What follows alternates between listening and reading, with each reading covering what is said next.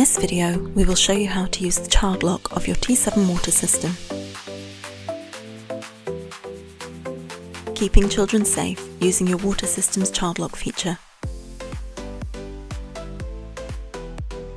To activate the child lock for hot and mixed water, go to Main Menu Settings, then access Child Lock. Toggle the on-off button to on using the up and down arrow keys, then press OK to confirm. Press the left arrow key repeatedly until you return to the main display screen. To dispense hot or mixed water with the child mode activated, press and hold down the hot or mix button and simultaneously press the cold dispense button.